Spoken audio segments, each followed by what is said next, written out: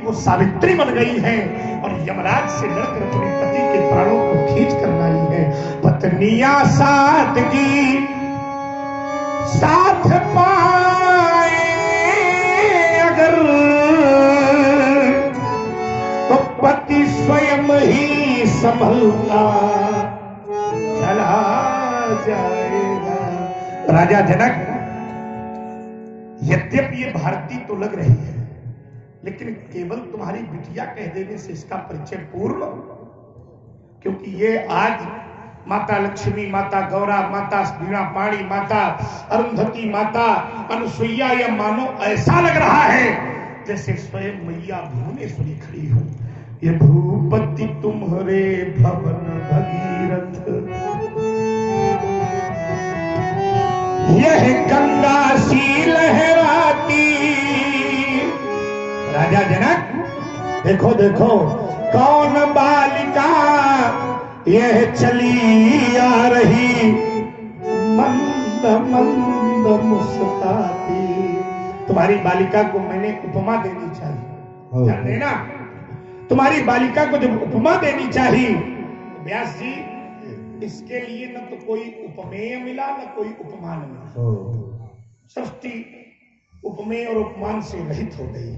छोड़ छाड़ तारों की शोभा, अद्भुत शोभा पाती, और कौन बालिका यह चली आ रही। राजा जनक, देखो देखो यह मंद मंद मुस्कुराती। सुता शोभित सम्मुखी कौन, बोलो बोलो मिथिला के मिथिला पद विदे, हृदय स्थल को विदीर्ण करने वाली यह बालिका कौन। भगवान, एक समय मैं संभल ग्राम के निकट पुंडरीक क्षेत्र में यज्ञ कार्य के निमित्त हर कर्षण करने के लिए उद्यत हुआ। ततः सीरत ध्वजो यज्ञ यज्ञार्थम कर्षतो महीम सीता शिराग्रतो जाता तस्मात् सीरत ध्वजा स्मृता। यज्ञ भूमि विशुद्धर्थम कर्षतो लांग लेने में सीता मुखात समुत्पन्ना कन्या का शुभ लक्षण। वाह, सुने भगवान, सुनाए राजन, सुनाए। क्षेत्र पुंडरीक में क्या कर रहे थे क्षेत्र पुंडरीक में? क्षेत्र पुंडरीक में हल चलाने लगे। फिर हल चलाने लगे। क्या हुआ? मेघो छाने लगे। वाह। और मेरे साथ में हाँ, जो विद्वान ब्राह्मण थे, क्या किया ब्राह्मणों ने? तब विविध भांति विप्रो ने मंत्र पढ़ा। अरे तब विविधो भांति विप्रो ने मंत्र पढ़ा। परिणाम चलते चलते रुका, हल मिला इको घड़ा। अरे वाह। चलते चलते रुका, और हुआ क्या? हल मिला एक घड़ा। में क्या हुआ? हुई कन्या प्रकट। यह कन्या हुई कन्या प्रकट। हुई कन्या प्रकट। क्या किया तुमने? गया इसके निकट। और फिर? और ये से इसे हम लगाने लगे। उस समय हल चलाने लगे। गजब कर दिया भाई। मेघो छाने लगे। वाह। जन्मना जनता सो अभूत वैदेह अस्तु विदेह जा मिथिला मंथना जातो एन मिथिला निर्मित। नहीं, तुमने सिद्ध कर दिया कि तुम जनक ही हो।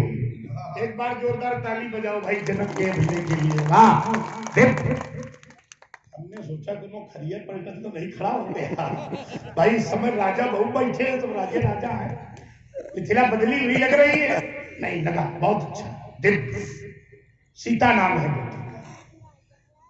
मिथिला के विद्वानों, आप लोगों ने विचार किया होगा कि कभी कभी किसी का नाम बहुत अच्छा होता है और काम देखो बहुत गड़बड़ होता है। और सरलता से समझो, कहो नाम होए नारायण और काम करे धुंधकारी वाले। बोलो मिलते हैं कि नहीं मिलते? लेकिन जनक, तुम्हारी बिटिया का नाम भी बहुत अच्छा है और हृदय कहता है कि इसका काम भी बहुत अच्छा होगा। सीता शब्द पर जब मैंने विचार किया तो जो साहित्य का सृजन करे उसका नाम सीता, जो सौम्यता की परिपूर्ति बन जाए उसका नाम सीता, जो शिष्टता में अनुगमित रहे उसका नाम सीता, जो सतीत्वता को वर्ण करे उसका नाम सीता, जो शास्त्रों का चिंतन करे उसका नाम सीता, जो साधुओं की सेवा करे उसका नाम सीता, जो संतों के मध्य रहे उसका नाम सीता, जो शस्त्रों की रक्षा करे उसका नाम सीता, और जो शत्रुओं का विनाश करा दे उसका नाम सीता। सीता बहुत है। तुम्हारी बिटिया हल कर्षण से पैदा हुई है।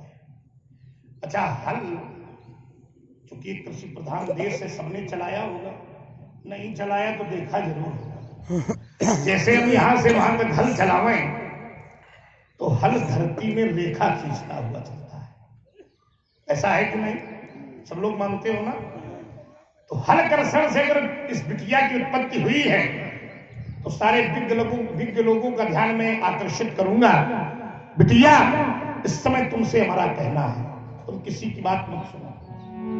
मेरा ज्ञान चक्षु बार बार तुम्हारे भविष्य की ओर जा रहा है। अगर तुम्हारी उत्पत्ति का कारण रेखा है तो भले ही हल्की रेखा क्यों ना हो, तो जो जीव जहां से उत्पन्न हो उस व्यक्तित्व को, उसका सम्मान अपने जीवन में सदैव करना चाहिए। ध्यान देना जरा, जैसे जिस मां ने हमें पैदा किया है उस मां का असम्मान जीवन में कभी नहीं करना चाहिए।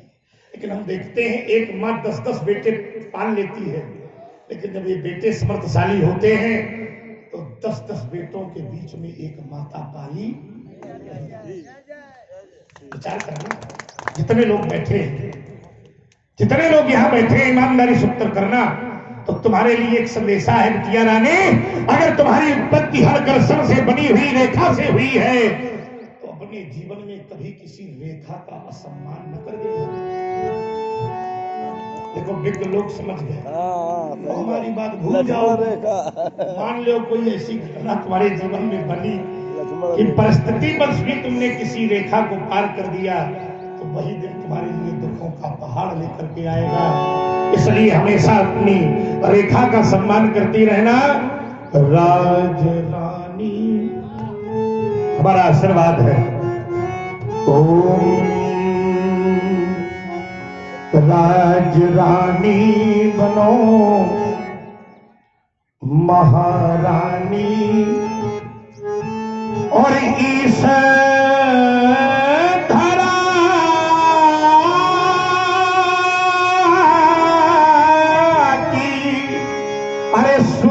शुभ कहानी बनो राजरानी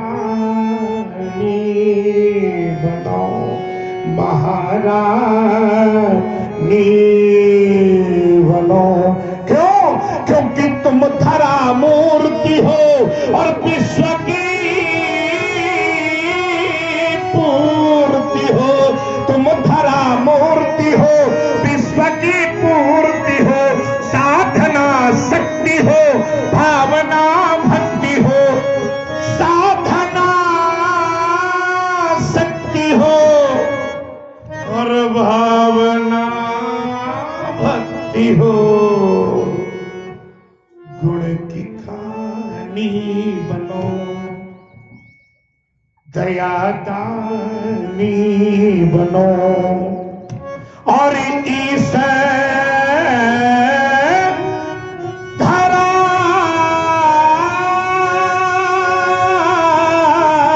की सुभग शुभ कहानी बनो राज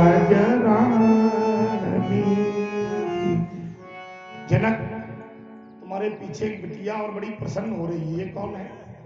सीता की सखी है। अरे भाई तुम्हारी कौन है? बेटी है। क्या बिटिया है तुम्हारी? बेटी तो दो है। अच्छा, तो ये यही दोनों है?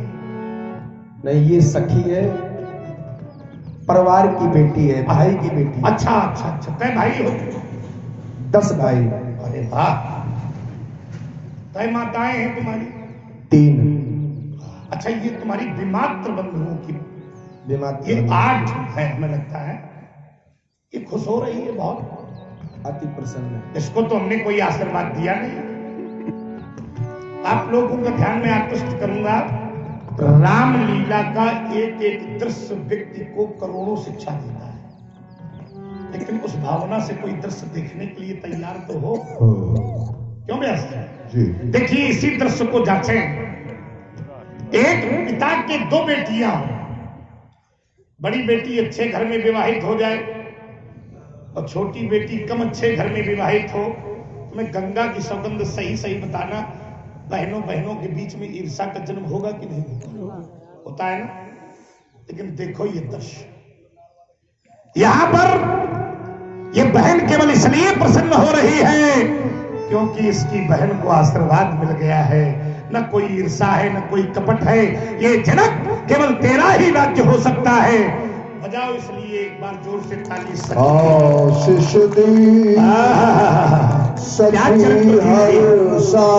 और किया क्या व्यास जी इसने? निज समाज ले गई सया,